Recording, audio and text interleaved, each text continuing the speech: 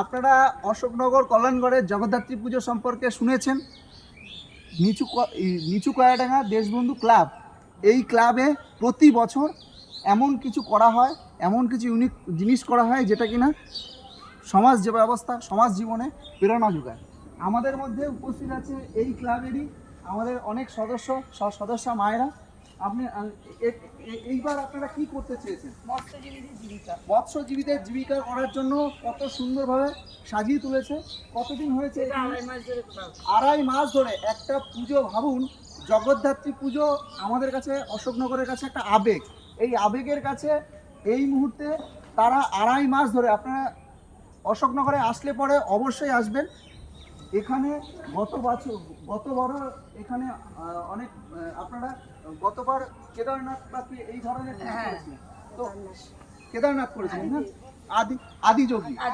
আদিযোগী করা হয়েছিল, অনেক সুন্দর। আপনারা এই যে এত সুন্দর পরিবেশ বা এত সুন্দরভাবে আপনারা করেন, আপনারা কিভাবে উপভোগ করেন? আনন্দের সাথে আমরা উপভোগ করি এবং আনন্দের সহকারে আমরা এই কাজটাকে এগিয়ে নিতে সাহায্য করি সবাইকে। দর্শনার্থীদেরকে কি বলবেন? দর্শনার্থীদের বলো যে আমরা এই টিমটাকে তৈরি করেছি, আপনাদের কেমন লাগলো? সবাই বলছে খুব ভালো।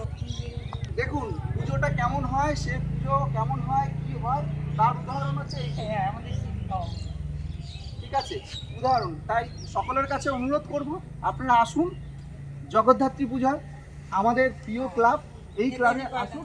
নিচু কয়াডাঙ্গা দেশবন্ধু ক্লাব, এই ক্লাবে মৎস্যজীবীদের যে জীবনযাত্রা, সেই জীবনযাত্রাকে তুলে ধরা হয়েছে। আপনারা এই জীবনযাত্রা দেখে আপনারাও উপলব্ধি করতে পারবেন এই শহরাঞ্চলে ইট পাথরের শহর, সেই শহরেও গ্রাম্য জীবনটা কী ধরনের হয় সেটা আপনাদের ছোট ছোট পুতুল এবং অনেক সুন্দর সুন্দর এখানে ডেকোরেশন করা হয়েছে, আপনারা এসে দেখবেন। ধন্যবাদ, ভালো থাকবেন।